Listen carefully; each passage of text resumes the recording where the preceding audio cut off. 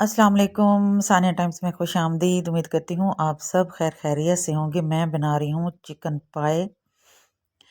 इनका नाम सुनते ही कुछ लोग तरह तरह के मुंह बनाते हैं कि हाय चिकन पाए, चिकन के पंजे, ये कैसे बनते होंगे, ये खाने चाहिए, ये नहीं खाने चाहिए।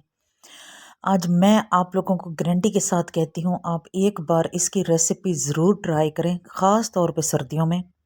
जिनके कमर में दर्द रहता हो, घुटनों में दर्द रहता हो, टांगों में दर्द रहता हो, और जिनको पुराने से पुराना नज़ला हो, ज़ुकाम हो, और उनको सर्दियों में अक्सर ये प्रॉब्लम रहती हो कि उनका गला साफ़ नहीं हो सकता, उनका नज़ला ख़त्म नहीं होता, या उनको रेशा आता है।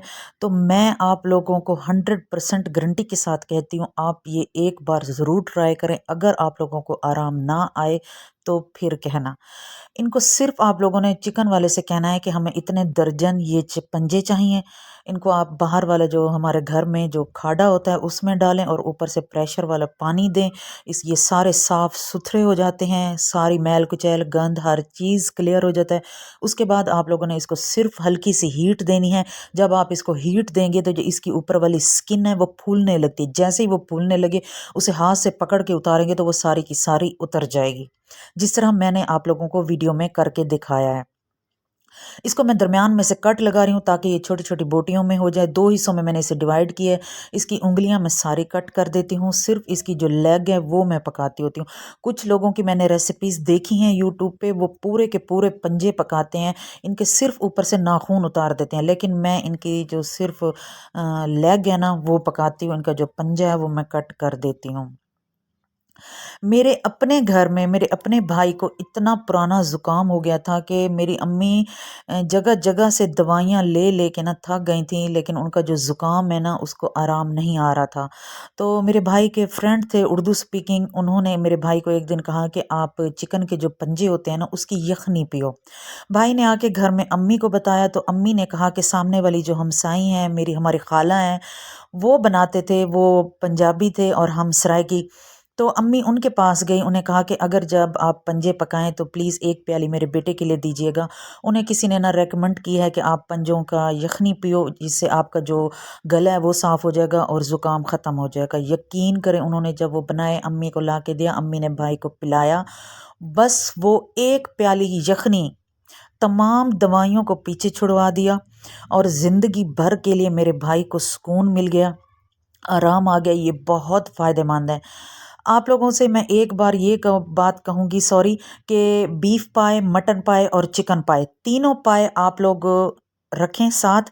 और आप लोग देखिएगा कि जो चिकन पाए होते हैं ना, इनमें सबसे ज़्यादा ताकत, सबसे ज़्यादा गर्मी और सबसे ज़्यादा चिकनाहट चिकन के पाए में होती है।